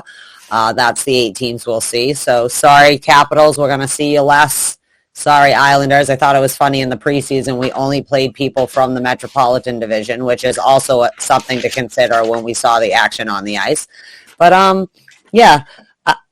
I didn't know how, it was, I suppose, should I actually rank how I think they're going to be, or do you? Well, that's what I wanted to do, so. Okay, well, I had just a general. I'll let you go first. But I did pick, my top 4 and my bottom 4. Why don't you go first? Take out. All right, well, I still think Tampa's the team to beat, even though they lost a lot. But I think Boston and Tampa are going to compete for 1 and 2. Tampa might still be number 1, but they're also going to be coming in on a 3-peat high. They want a 3-peat, and so that always makes a team dangerous. That being said, they're not the Tampa they were last year or 2 years ago at that. So we'll see what happens like that. I think Florida's taken the 3rd spot because I think they're a quiet team. They showed a lot of improvement last year in the shortened season. I don't think people saw what they could see, but they also, I think, have made some moves that will help them. I mean, having even Joe Thornton in the room, you know what I mean, to help lead the pack. And I hate Toronto, but I think they're going to be 4th. No, I'm not. That being said, I just think those will be the top 4 teams in the end. The bottom 5, I think, in descending order. I mean, the bottom 4 are going to be Montreal, Ottawa, and congratulations, Detroit. You're not going to be the worst, because I fully expect that to be the Buffalo Sabres. So good for Detroit. They don't have to carry the burden of being the worst of the worst this year in the division or the league. So that's mine. That's what I think. I think Tampa's still the team to beat, and I think Toronto's Toronto, so they'll get in their own way, but still make the top 4. I'm going to buck your trend, Heather Ingerson. Okay. And not that we argue all the time, because we normally do, because we're like brother and sister. We've known each other for so long. But I'm going to, let's go from the top down. I was on the Scuttle Puck podcast with Mike Bond and Dale Hoard last week, and we did these, but I kind of changed it. I said something on their podcast, but I'm not going to say it here because I had a little bit of time to think. I did. I'm a fair weather Atlantic Division predictor. Yeah. So you should be a weatherman in Boston. You flip your predictions so much, guy. all weather people get paid on being 50% correct. I can friggin' do that. If I can talk hockey at a 50% accuracy rate, I can do the weather. Hey, if I only win 50% of the time, I'm still 500, man. Exactly. All right, so my top team in the Atlantic is going to be the Florida Panthers. I think Joel Quenneville's got a team that is going to challenge this year. Jonathan Huberdeau and Aaron Ekblad on the back end. Goaltending, I'm not sure who's going to be it with Bobrovsky and so on, but or Spencer Knight. But it should be interesting to see. I have the Boston Bruins coming in second. I think that they have a team that they didn't do a ton of moves concerning like who's the best in free agency, and if we need that. I think that what they did was they grabbed a bunch of players that have versatile positions that they can mismatch around without a lot of rotation sitting down with just one-dimensional players. I have Tampa Bay in my third position, and that's the flip that I did. I actually had another team that I'm going to mention next above them on the Scuttlepuck podcast. Apologies to Mike and Dale. So you flopped our Florida teams then, basically. Yeah, basically. But what I want to talk about, and I think I mentioned this several times on several podcasts in the past, and including this one, is that Tampa Bay has won Stanley Cups in 2 abbreviated years during these tough times with this sickness going around. And the last time they were in a full 82-game schedule, they were eliminated in the first round by the Columbus Blue Jackets. So I think that could be kind of a karma thing coming back. They didn't keep a lot of those grinding players that got them this success. The 2 Stanley Cups, a lot of those guys had to be moved out, basically cap casualties. So I see them not doing as well as, and no three-peat. Sorry, folks. So Tampa Bay at third. The fourth position, I have the Toronto Maple Leafs. It's going to be interesting to see how they come out. I thought they did okay last season but they had a really good regular season up in the north. But it's going to be interesting to see how they do a mix of everything, travel and so on. In my fifth position, I have the Montreal Canadiens. I think it was great to see a team like that, an original 6-member, get to the Stanley Cup Finals, but ultimately they lost. So I think by that and having a shortened off season and some of the moves that they made, are not going to completely come to fruition, at least this year. So they're in my fifth position. Ottawa's going to be in the sixth. Shout out to the Third Line Plug. I was on their podcast, and I said the same thing. Detroit has my seventh position. I think Steve Yzerman's going to take another year to gather some more assets via the draft, where he's going to sit in the Atlantic and Conference when it comes to the draft pick scenarios. And really try to rebuild from there. And I have Buffalo. The dumpster fire continues down the river. It's just it's a rolling fire, and I don't think it's going to get any better. And so they deserve the 8th spot for me. All right. Well, we mostly had the same thing then. Yeah, Florida. We have a little disagreement on who's there. I do think too. I really do think the Florida Panthers. It's like people still underestimate them because they're the Florida Panthers or whatever, but I don't think people remember that they're not as flashy as maybe Tampa, you know what I mean? They're not as noisy as Carolina or whatever, if in that south, southern area, but I do think their team has been getting progressively better, good coach, moving their parts that they need to, and didn't Barkov just get paid bank too? Yes. Yep. Yeah. Barkov's another player that I keep forgetting about. He's just one of those, Selke Trophy candidates year by year. He's got a really good two-way game along with Jonathan Huberdeau. Man, if Barkov is a player available, well, he's not anymore, obviously, but he'd be a perfect fit for a Patrice Bergeron replacement. Oh, God. Oh, Give me that all day. But unfortunately, you don't like it, or no, I love it. Like, okay. yum, like that's delicious. Unfortunately, and fortunately for the player and organization, that Florida came to an agreement and they got a deal done. So I just think they're going to be a real head turn, along with the Boston Bruins. My front two for the Atlantic Division, I believe they're going to turn some heads, and especially in Bruins Nation when they whined a lot about not getting these outrageous play. I mean, it was a thin market, goalie, defense, and forwards. But I think that what they did was they addressed it by several different needs of where players can be placed. It's not a bad thing to have a tool bag full of many assets. If you're able to, like Foligno, the Foligno edition, that guy could play all three freaking forward lines, and he plays it at a competitive pace. So his addition was just another notch in Don Sweeney's freaking free agency signing regime. We won't talk about his drafting because we obviously know about that. But still, I mean, there's goods and bads of this Boston Bruins organization and how they're built year to year. I'm not going to poo-poo on anything like that this year. I want to see the proof in the pudding. I want to see games. I want to see regular season games, and then I'll start evaluating. Yeah.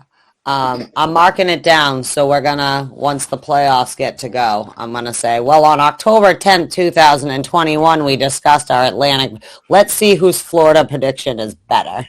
Yeah, I mean, I would probably agree on everything else. So. You know what I would do, Heather, is I would we should do a segment right around the Thanksgiving holiday, and because that's pretty much like the bar sometimes, with a lot of organizations look at where they're sitting and plan appropriately for their playoff runs or upcoming playoff runs.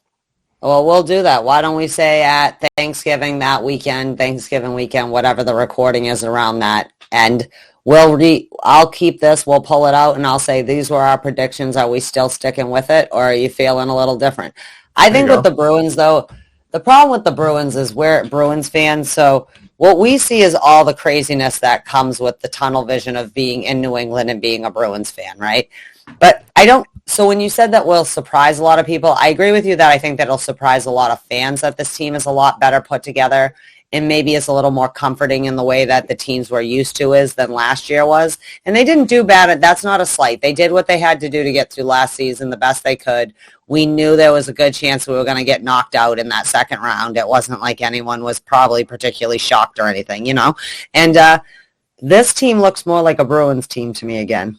Sure. Like a shored up, like we kept saying. It's great that we were doing little things, but the additions, like you said, like, I'm sorry, all day long you want a Nick Foligno. He wore a captaincy, okay, for a while. Like you want to replace that if you're not going to have, we've had Backus leave and other people who are former captains. Chara is our former like that kind of leadership role.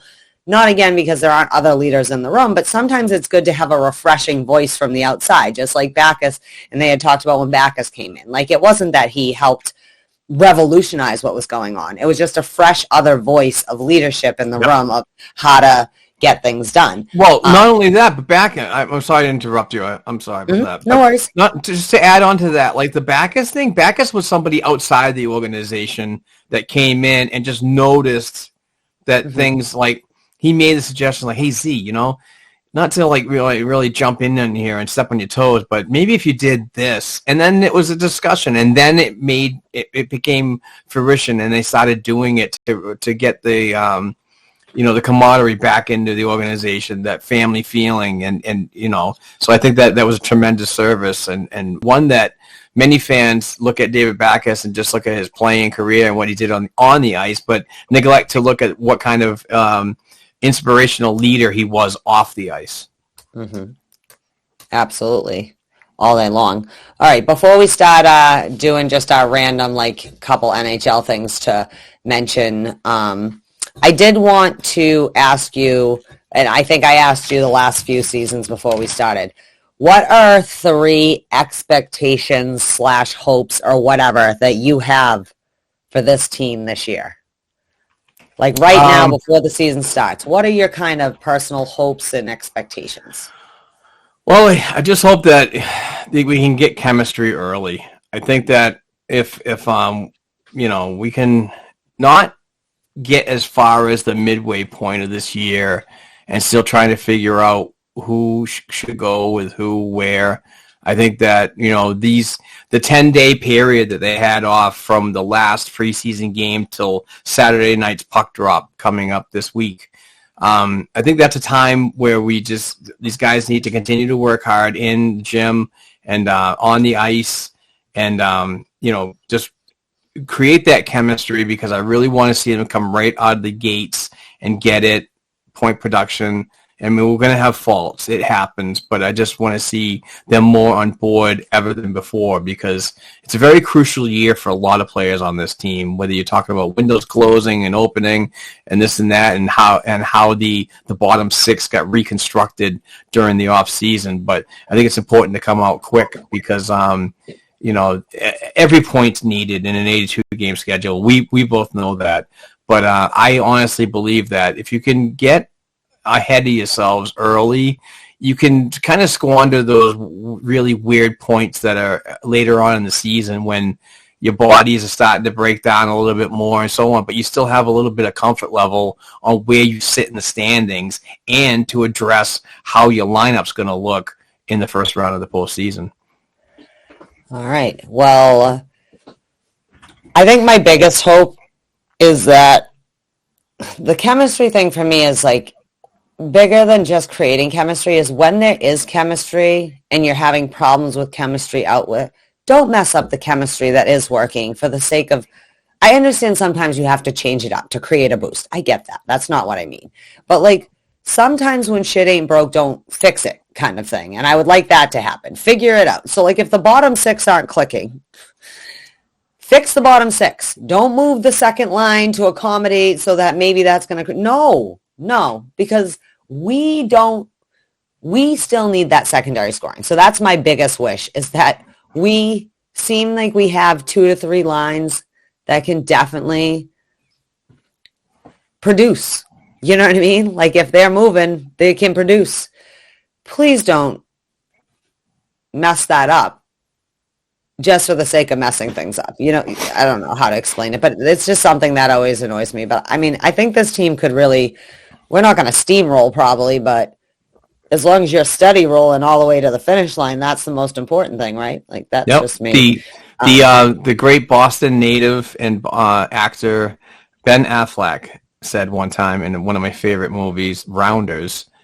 Wow.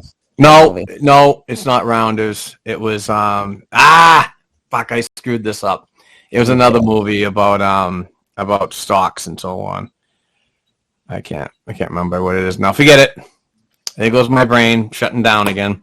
We're almost done, guys. Stay with me. Boiler room. Emotion creates emotion. A motion creates emotion. All right. So I would like to remind everyone, not like that's a weird thing to follow up with this. I wanted to remind everyone, if you wanted to try and get your pup in the Pucks and Pups calendar for next year, you have until the 18th. Go to the community page or fan page, whichever it is, at bostonbruins.com or their page for the NHL. You can get that information. I also wanted to say there was a big thing this week, and it's finally on the news, but like, there is a shortage of hockey frickin' referees in the world, but particularly in the state of Massachusetts, and I'm sure every state's having this problem. And I would like to encourage people, if you are a sane hockey parent, if you are listening, to thank your referees. Because today I thanked the 2 young gentlemen that, first of all, for showing up. And I said to them, I understand your job isn't easy. But thank you for volunteering your time to make sure that these kids have somebody on the ice to help them learn this game or to control. I of course, was at a Mike game, but I know it's a problem, especially on the upper levels where they're supposed to have 2 refs. They just don't have refs. And it's getting to the point, like games are getting canceled, things like that. So I encourage anyone who might, say you're a former hockey player, but you have a lot of hockey knowledge, but, you want to, you have to get, certified, this and that. But consider that as an option to give back to your community if you have the know-how and, ability to give back. And that being said, too, to the hockey parents out there, and I know most of us are good, but we all know, we've all been there and seen that really angry parent screaming at refs. And I don't care I've seen it from mites through high school it happening. Don't scream at the refs, dude. It's a thankless job, and they're not perfect. And you know what? Sometimes you might get some crappy refs, all right?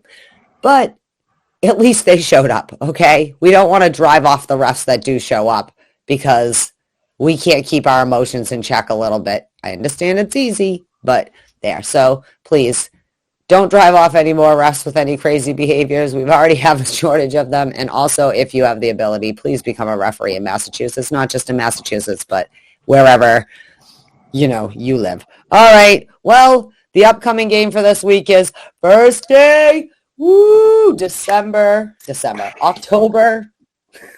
16th at home versus the Dallas Stars at 7 o'clock. Also to be mentioned that the Providence Bruins open up at 1 o'clock, Mark, is it?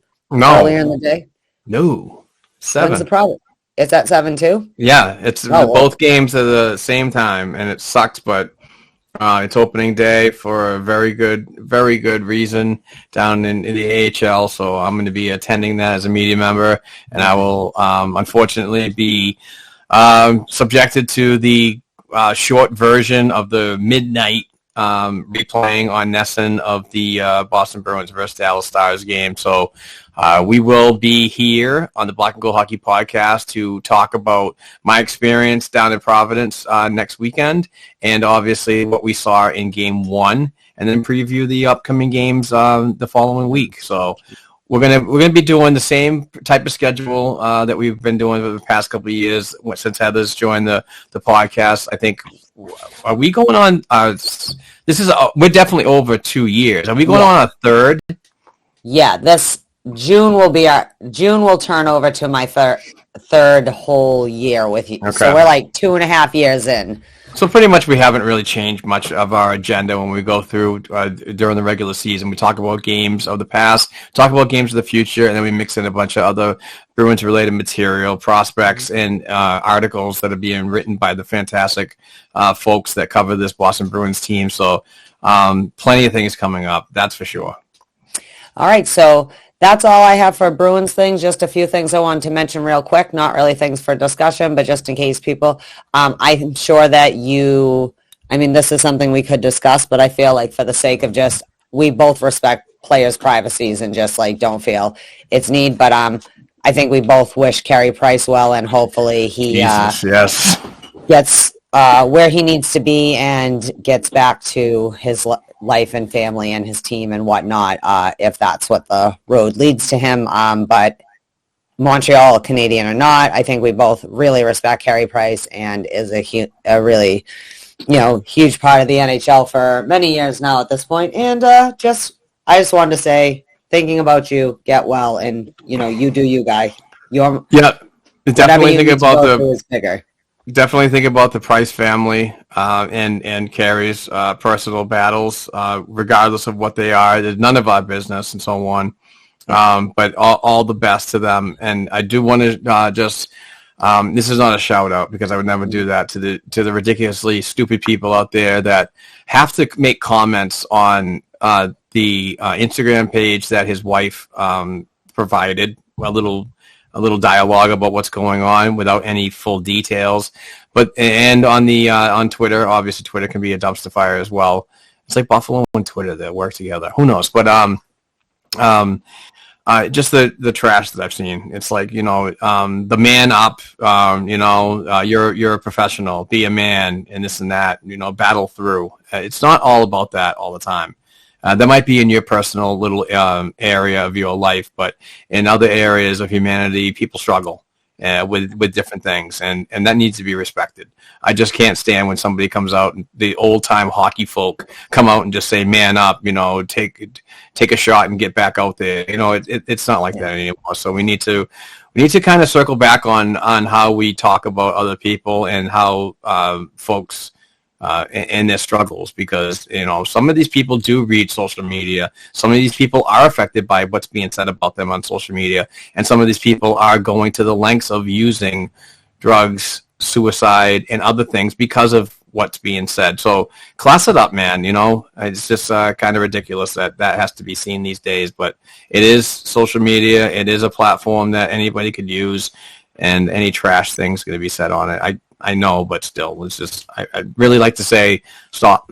Yeah, and I do have to say that I did see a tweet. I think it might have been Montreal Canadiens a tweet out, but it was like someone had done a collage of a lot of positive things though. So I agree with you. Like, keep it. We're all humans, and the ironic thing with humans is that we were given the power of reason, but often act unreasonable. And it's unreasonable for you to yell at a professional athlete that you don't personally know when you don't know what they're going through, or any human being.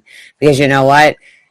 Carey Price doesn't owe you shit when it comes down to it. Carey Price owes Carey Price and his wife and his children and his family and his teammates, maybe at most, his organization. But that, as much as we feel like we're a part of the Bruins or the Canadiens or whoever, we're not.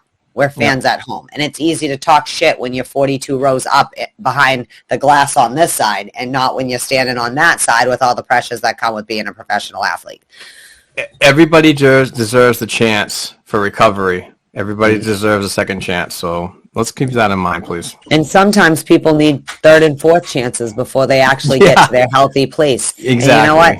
We have plenty of people in our lives, had I written them off for no good a million times, no, man, if you love somebody, or if you actually care, like, if you want your goaltender back, then support him as a man, and then he can come back and do his job. But until he can be right with himself as a human, like, either shut up or deal with whatever's going on. So That upsets me, just because life is hard enough, but that's a different kind of pressure. All right, so the Hockey Diversity Alliance, I'm sorry, I just get upset because it's like, dude, people just shut up. Like, why are we so crappy to each other, humans? I get upset. I'm sorry, emotional. I'm sorry, people. I actually have emotions. I apologize. But the Hockey Diversity Alliance has partnered with Etch to come out with a clothing line. It'll help support the Hockey Diversity Alliance. Matt Dumba's coming out with he's the first like collection of clothing. I just throwing out there for anybody who maybe just would like to check out a player collection. I'm assuming it's going to be pretty awesome because some of these guys dress really great. But anything, it goes to help support like the Hockey Diversity Alliance initiatives, like helping make training diversity, growing the sport in the healthy ways that we keep talking like we want to do, but these guys are trying to walk the walk, so go support that if you can. And just remember that the NWHL's rebranch to the PHF is completing at the end of this week. Those ladies are only, those athletes are only, 3 weeks away, or November 6th. 3.5 weeks away. Yep, November 6th. So if you go to look up the old school, I just want to let you know that at the end of the week, the total rebranch with website, merch site, everything will be up and running. Along with the exciting news of us joining the WMEX family, we are also have been granted Boston Pride media access. Nice. Black and Gold Productions administrator, fellow administrator, and my guy that I lean on for help on the website and everything team related. Andrew Taverna is going to be taking up the duties for covering the Boston Pride, but also scheduling folks to be there as media members with player interviews and so on. So if you're a lady, if you're a gentleman, and you'd like to cover this women's professional hockey team, please get in touch with me, Black and Gold Productions, LLC at gmail.com. I will then get you in touch with Andrew, and we'll work on a writing schedule and attendance schedule to cover all games at the Warrior Ice Arena in Brighton, Massachusetts. All right. Well, on my end, I'm about to wrap up what I have to say and let Mark do what he has to do because we are out of topics. So my only topics now are please rate and review the Black and Gold Hockey Podcast and all the great podcasts. Follow all the great writers at blackandgoldhockey.com and also the following podcast as we rear up into hockey season. Black and Gold Hockey Podcast. Again, I get the OG. Everyone else, he's just visiting. That's great. I'm the lucky one. Dump and Change, Lindra Hockey Podcast, Short Shift, Puck Lines, Beehive, Heart of Lions, Causeway Kings, Holtz on Hockey, Marks Remember the Maples. Follow him on Twitter so you know when he gets when his new episodes will release as he does that behind the scenes on top of his 475,000 other things that he is doing with Black and Gold Hockey Productions. Don't Vote Pod, the new one, the Hub of Hockey. Thank you always for listening, and I'm excited. Yeah, woo. So let's get some healthy chirping to get ready for this NHL season, Bruins fans. Bruins fam, we don't have to eat each other like zombies every time there's a bad preseason game or we don't like each other's takes. You can respectfully disagree, but it only works if we all agree to disagree. All right, Mark, what are we doing? Patreon, what are we doing? You got anything? We're gonna talk about the awesome Patreon account campaign that we have. If you donate $1 per episode, we give back to you guys. We take half of your dollar and use it for our small sports media companies to pay some bills for all these platforms that we're on and the podcast network and the website, all kinds of stuff that we pay for by using your dollar. But half of that goes to great gifts. We give away a gift every week. We also give away a hand-signed jersey once a month. This month's hand-signed jersey, which we're giving away on the October 17th, next Sunday, is Jerry Cheever's. Fully authenticated, hand-signed, Hall of Fame, 1985 inscription. This is from Bruce Sullivan from the Boston Sports and Music Memorabilia. This is the stuff I've been telling you about, folks. You got to go talk to Bruce. Very good hand-stitched stuff. This is something you do not want to wear. It's an awesome prices, by the way. You think this would be a couple $100. You think wrong. Talk to Bruce. He'll get you a good deal. But this is something that you want to put up in a glass case and hang up in your fan cave or your kid's bedroom. Fantastic Christmas ideas, birthday ideas, everything idea. So go check out Bruce. This week's winner of the weekly Black and Gold Hockey Podcast giveaway is Mr. Mark McDonald, and he is the owner and operator of the Bruins for Life Facebook page. They have well over 27,000 members on there, and he allows us to post stuff up there along with our podcast.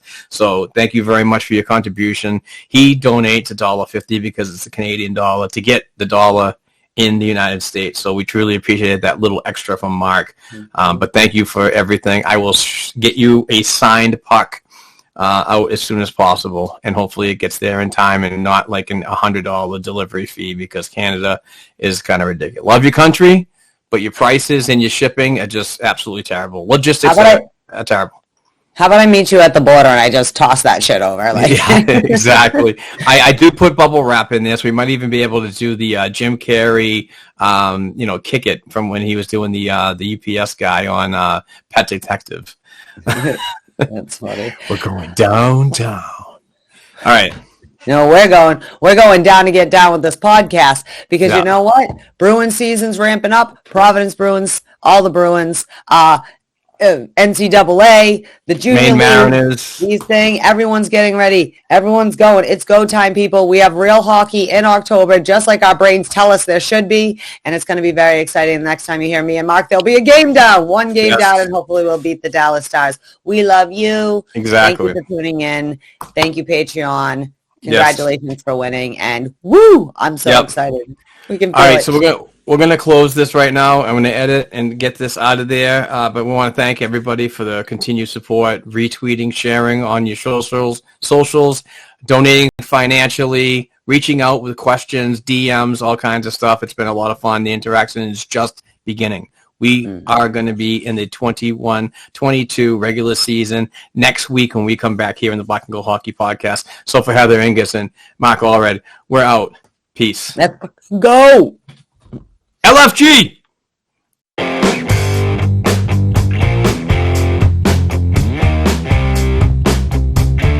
Thanks again for listening to and supporting Black and Gold Hockey Podcast. Please share the show with your friends and family, and don't forget to subscribe to and leave a 5-star rating for the show on your favorite podcast platforms such as Apple Podcasts, iHeartRadio, Spotify, and SoundCloud. Between shows, help us keep the Bruins talk going by visiting our website, blackandgoldhockey.com, by sending an email to blackandgoldhockeyblog@gmail.com, and by following the show on Twitter @blackandgoldpod. Peace out.